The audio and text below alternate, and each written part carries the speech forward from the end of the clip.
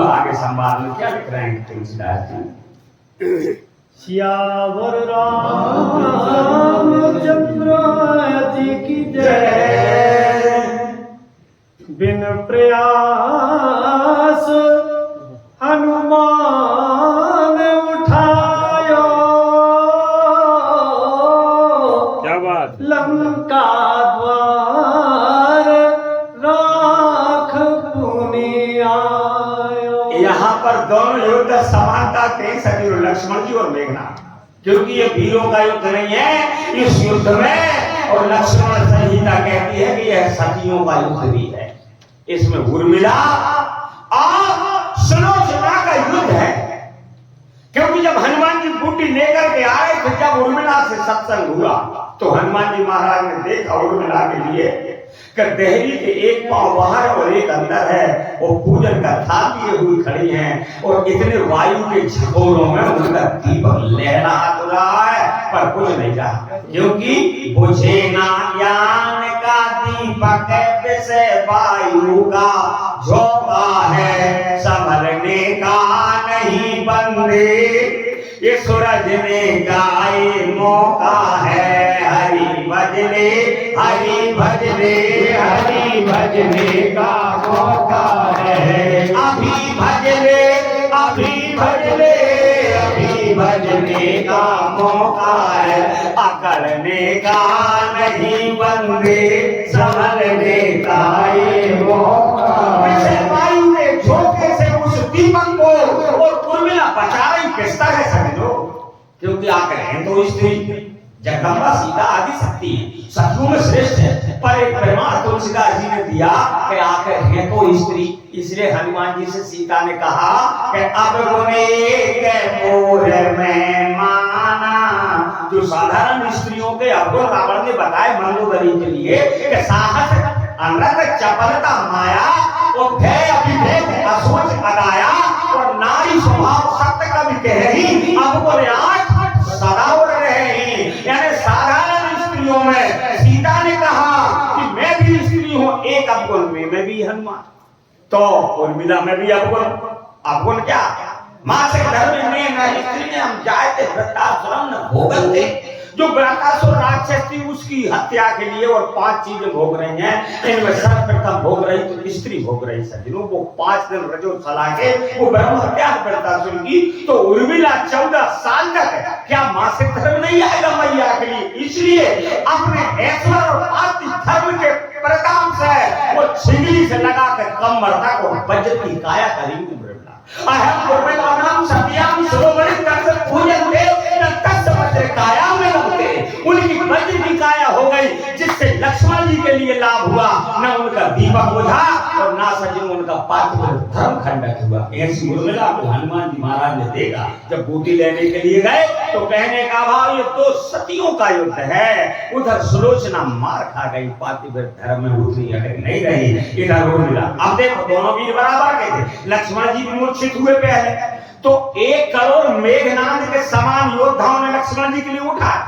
Cotton Meghnad सत और सोभट उठे हर साय और जगता धार चले में। फिर लक्ष्मण जी महाराज हले नहीं, 1 करोड़ योद्धाओं ने उठाए मेघनाद के सोभट माटी के लिए, लक्ष्मण जी हले नहीं। और यहाँ प्रमाण क्या दे रहे हैं कि बिन प्रयास हनुमान उठायो, कोई प्रयास की आवश्यकता ही नहीं रही। हनुमान जी महाराज ने आराम से जैसे कंडी हम उठाए और लंका द्वार राख पुनि लाए, और लंका के प्रथम दरवाजे पर जहां की पहरेदार लंकनी थी सज्जनों, वही प्रथम दरवाजा था।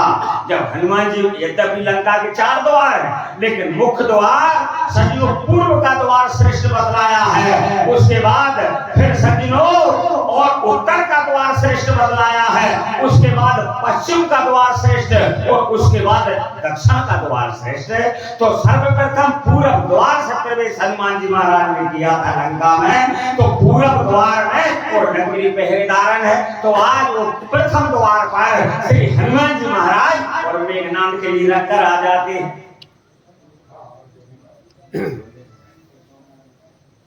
आगे समय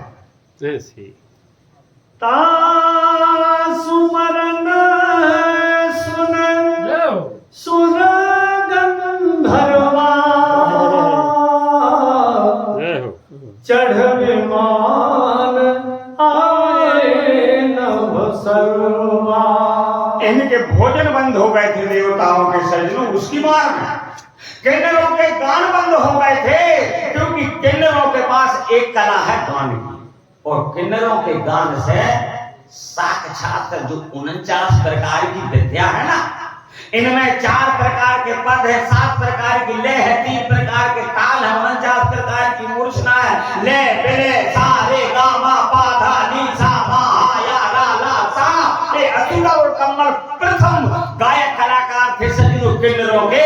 उनने जब इस गान के लिए गाया तो समस्त देवता सजनों नृत्य करने लगे। उन्हीं से सब किन्नरों ने इस विद्या के लिए प्राप्त की थी। ये मार्कंड पुराण की कथा। अश्वत्थ और कमल 2 भैया थे, लंबी कथा वहां पर नहीं जा रहे, लेकिन उनके गान बंद हो गए थे। मेघनाद की मार में सजनों कितना अत्याचारी, देवताओं के भोजन बंद हो गए। भोजन क्यों? देवताओं के भोजन का, अरे हम जब होम स्वाध्याय जो हवन करते हैं तो अग्नि देवता के माध्यम से देवताओं को भोजन मिला था। तो सर्वप्रथम रूप कहाँ लगी थी? बोले तुझ भोजन मत हो मैं सराधा, और सबके जाय करो तुम बाधा। सुधा छीन बलहीन सुर और सहज मिल है आए, तब मारे हम किसानी हम भली बात अपनाए। और मेघनाद कहूँ पुण्य करावा, और दीदी से कमल बेर बढ़ावा। और दिन के अधिकारी भी उसके समान कोई था नहीं। वो सर्वप्रथम मेघनाद के लिए आज्ञा दी थी तुम इस बात पर रोक लगाओ। तो देवताओं को भोजन बंद और किन्नरों के गान बंद। जैसे मेघनाद मरा तो सर्वप्रथम उन्हीं का आगमन हुआ। महाराज जी लिखते हैं, क्या लिखते हैं? चौपाई कहाँ है? सुमरन सुनी सुर गंधर्वा, और गंधर्वों का आगमन हुआ। और चढ़ी विमान आए नभ सर्वा। सर्वा सज्जनों बहुवचन है। इसमें 33 कोट के देवता और देवताओं के साथ में जितने भी जक्ष और किन्नर थे वो सर्वा बहुवचन में सब सम्मिलित होकर विमान में चलकर आकाश मार्ग से क्या कर रहे हैं? बरस सुमन दुंदुभी बजावही, श्री रघुनाथ विमल जसु गावही। आकाश मार्ग से पुष्पों की वर्षा हो रही है। बरस सुमन दुंदुभी बजा रहे। एक दुंदुभी ऐसी थी ये हमेशा देवताओं के मुखार बंद पे ही और सजनों धारण होती थी। तो दुंदुभी उसका नाम इसलिए सर्वप्रथम तो भगवान का जन्म हुआ था जब बजाई थी, बरस सुमन सकल से आई। और दूसरे नंबर पर वो आज बज रही है जब मेघनाद का वध हुआ, इसलिए उसका नाम दुंदुभी रखा। दूसरी बार बजी वो दुंदुभी है। अब महाराज जी लिखते हैं श्री रघुनाथ विमल जस गाओ। श्री रामचंद्र जी का विमल, क्योंकि रामचंद्र जी ने जिस कुल में अवतार लिया वो कुल विमल। विमल वंश अनुचित को ओ बंधु विहाय बड़े अवसेखु। उनकी कथा विमल, विमल कथा करके न आरंभा, और सुनत न साई काम मधुरंभा। उनका यश विमल है, श्री रघुनाथ विमल यश गावा। उनका कुल विमल है, उनकी कथा विमल है और उनका यश विमल है।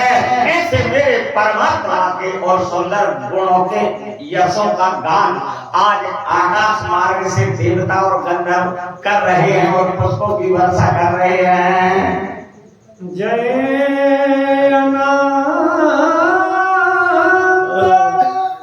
जय जगदाधारा,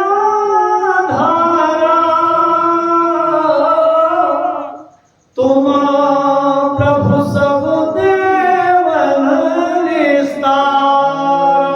यहाँ भगवान का नाम अनंत कहते हैं, जबकि परमात्मा का नाम क्या है? सुख धाम राम यश नामा, पर अनंत कहते हैं। क्यों?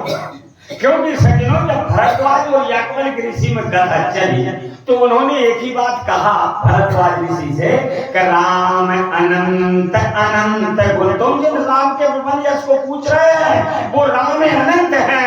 राम अनंत अनंत गुण अमित कथा विस्तार सुनिया चरज न माने जिनके विमल विचार। यदि राम की आप पूछ रहे तो राम अनंत है और यदि हरि की पूछ रहे तो शंकर जी कहते हैं हरि अनंत हरि कथा अनंता ओ कहीं सुनई वो विधि सब संता। तो जिसका और सज्जनों अंत नहीं है तो उसका आदि और मध्य तो हो ही नहीं सकता। क्योंकि मुसोनी जी से पूछा आप कब से कथाकार है तो गरुड़ जी से कह रहे हैं कि मेरे 27 कलप हो गई कथाकार। 27 कलप वो कलप का वर्णन सुन ले। सतयुग त्रेता द्वापर कलयुग एक बार बीत जाए एक अखबार तो जब चौकड़ी भई 4,32,000 साल की आयु कलयुग की 8,64,000 की आयु द्वापर 12,96,000 साल की आयु त्रेता 17,28,000 साल की आयु सतयुग की। यदि ये 4 युगों की आयु हम जोड़ दें तो 43,20,000 साल हो जाओ। या चतुर्युगी भाई एक चौखड़ी 43,20,000 साल की। अब जा में 71 को तुम गुणा कर दो तो जा में होगा 43 अरब 62 करोड़ 64,28,000। 71 चतुर्युगी इतनी आयु बीतने पर और एक बार इंद्र बदला जाता है और मनु बदला जाता है उसे हम मनवंतर कहते हैं।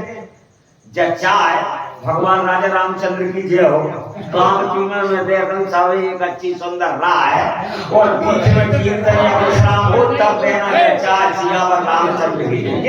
क्योंकि ये भगवान रामचंद्र जी का पवित्र निर्मल यश है। जहाँ तुम चाय पियो सब झूठे में हो गए नहीं तो फिर आप वाचवन नहीं करो बीच में 2-5 मिनट को और हम कीर्तन या रेस्ट ले लें भाई मैं आप चाय कर दो सब कर दो। तो सज्जनों इसमें कहीं ना कहीं हमने चूक तो है। जब तो देवता और इसके लिए तरस रहे और हम पाकर और जा में ऐसे कर्म कर रहे हैं तो आप सब कीजिए हो। मैं केवल निवेदन कर रहा हूँ आप बुरी न लगे जब भगवान की मर्यादा के खिलाफ काम हम उस मर्यादा पुरुषोत्तम आज तो आप दे दो लेकिन आगामी कथा में आप नियम रखो। मैं नहीं यहाँ पर कोई भी वक्ता कथा बोले तो आप कौन बीच में जो 2-5 मिनट को समय लेके चाहे कीर्तन हो रहे चाहे ये वेद मर्यादा का बात है। बाकी आपको आज जो मार्ग जा कोई बाबा वो पंडित सोई जुगाड़ बजावा है जब किसी के लिए रोक नहीं है। जिसको जो मार्ग अच्छा लगे राजा रामचंद्र भगवान की